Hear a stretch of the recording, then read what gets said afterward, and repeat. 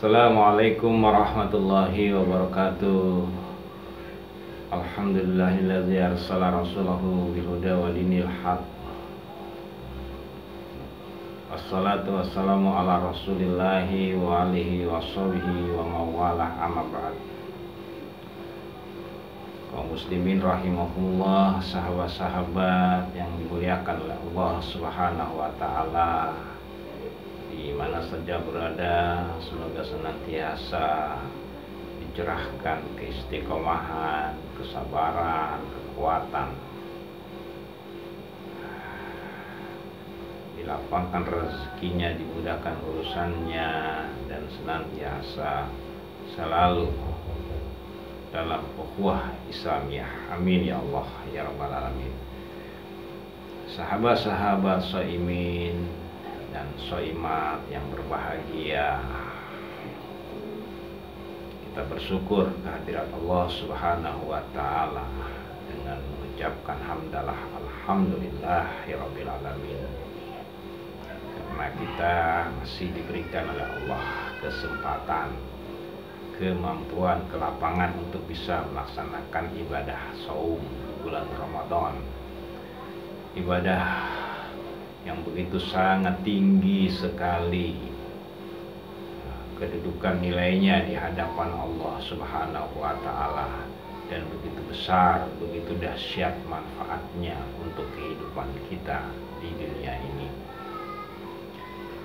Salah satu daripada manfaat yang begitu sangat besar, ya, sangat dahsyat daripada ibadah siam atau puasa yang tidak bisa kita peroleh dari ibadah-ibadah yang lainnya, yaitu adalah di mana ibadah siam yang kita laksanakan bil khusus di bulan Ramadan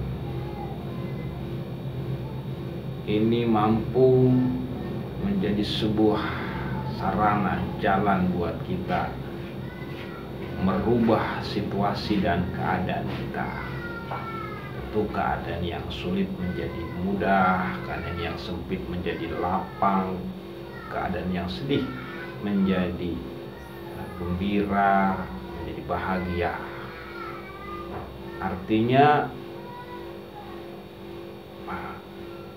merubah keadaan kita, nasib kita, dan bahkan juga mampu merubah sesuatu yang tidak bisa lagi dirubah atau takdir. Ini sahabat-sahabat yang dirahmati oleh Allah Subhanahu wa taala, manfaat yang akan kita jadikan renungan dalam kesempatan kita bermuzakarah daripada di bulan Ramadan menjelang kita sama-sama menjalani pada ibadah puasa atau menjelang datangnya waktu berbuka puasa.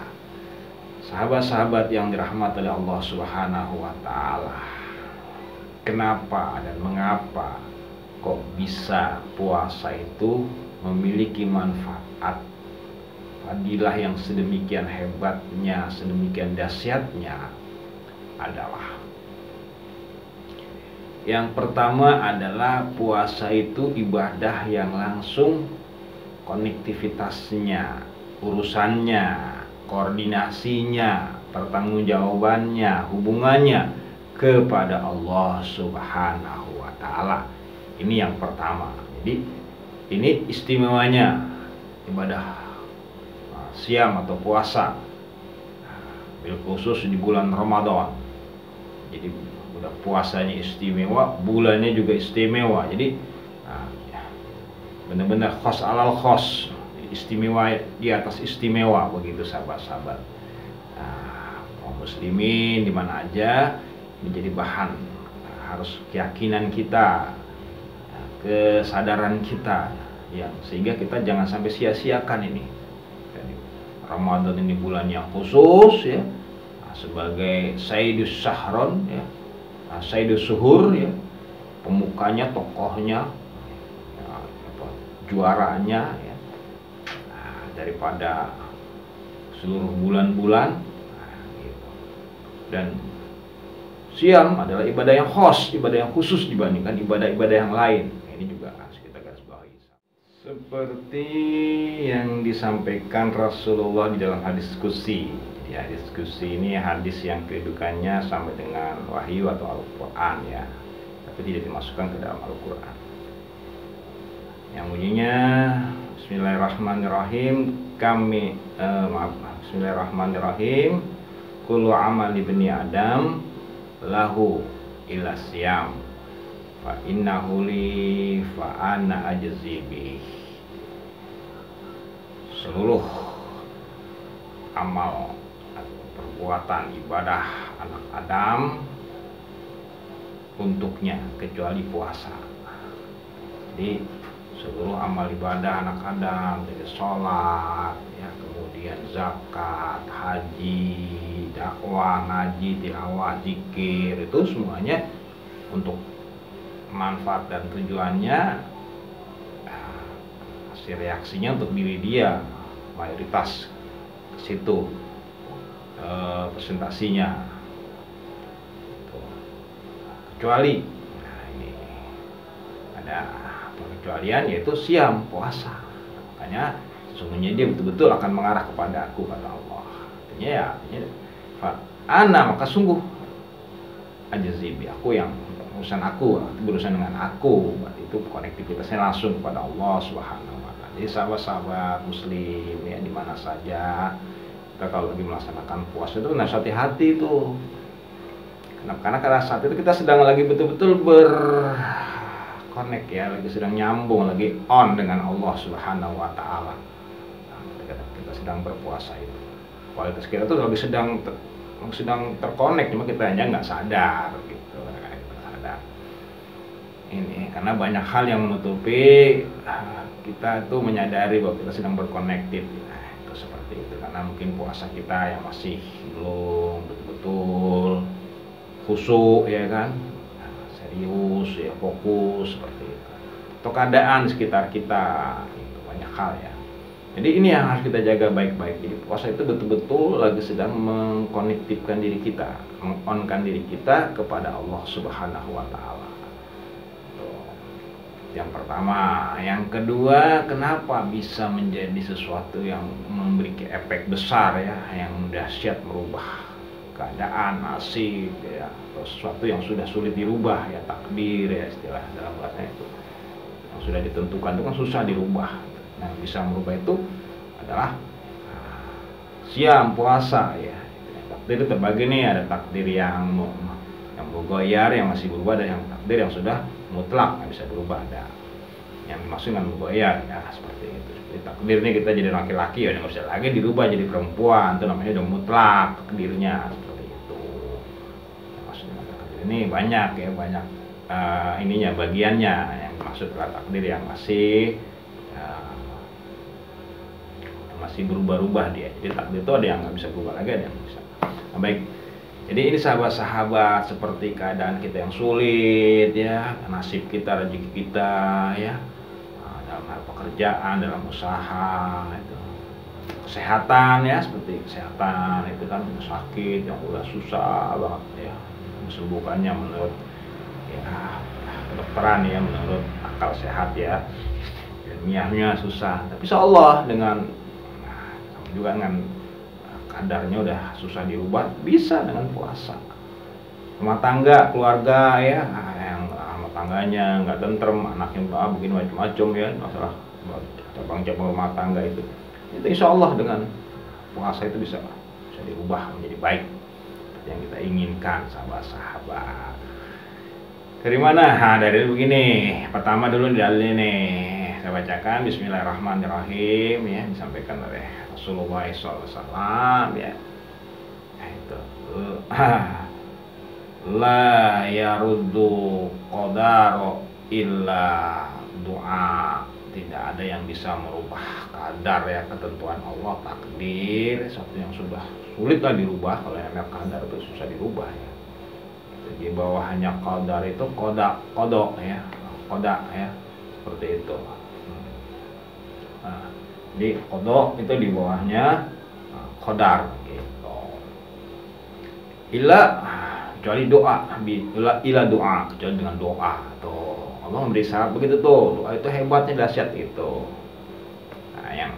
Tapi doa yang bagaimana nih? Nah, ini di sini nih, doa juga orang doa yang seperti apa tuh yang bisa merubah itu. Nah, ini di sini rahasianya nih, ujungnya nih, kesimpulannya nih. Jadi hadis Nabi juga ya, dia dari Imam Tirmizi ya. Menjelaskan salah satun ya,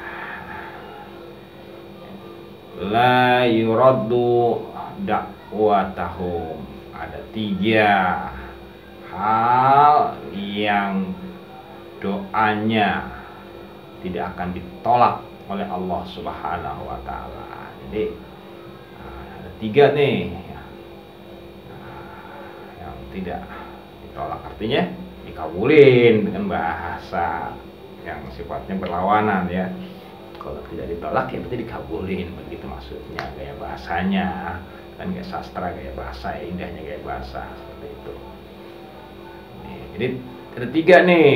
Yang pertama adalah yang doanya kalau dia berdoa itu nggak pernah tolak, al-imamul adli. Nah ini imam yang adil nih. Waduh, pemimpin ya, pemimpin apa aja nih, rumah tangga, RT sampai ke tingkat presiden, sampai cuma apa aja, organisasi. Itu kalau adil dia, doanya hati-hati, itu bahaya, nggak bakal ditolak sama Allah, dikabulin sama Allah SWT.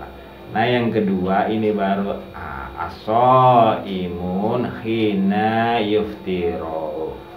Nah itu seorang yang berpuasa sampai dia berbuka, sampai dari subuh sampai maghrib. Itu hati-hati tuh orang yang puasa. Nah, ini ya. Sahabat muslim yang dirahmati oleh Allah, yang sedang berpuasa ya, soimin dan soimat di mana aja, hati-hati tuh kalau berkaul, karena kaul itu doa sebenarnya, mau dalam keadaan dia sadar atau nggak sadar, maksudnya dalam keadaan dia dikontrol atau nggak terkontrol. Hati-hati lagi berpuasa, jaga mulut gitu. Karena doanya orang, ucapannya orang yang lagi berpuasa itu masya Allah dahsyat. Nah makanya lagi Ramadan ini banyakin kita berdoa nih ya. Jadi dengan zikir ya, tilawah Quran, zikir, kita berdoa tuh sama Allah. Jangan bosan-bosan terus, jangan sekali doang maksudnya. Itu mah namanya nggak serius. Karena doa yang dijabah Allah yang akan cepat diijabahnya ya. Kalau dijabah sih karena di Ramadan ini udah janji Allah.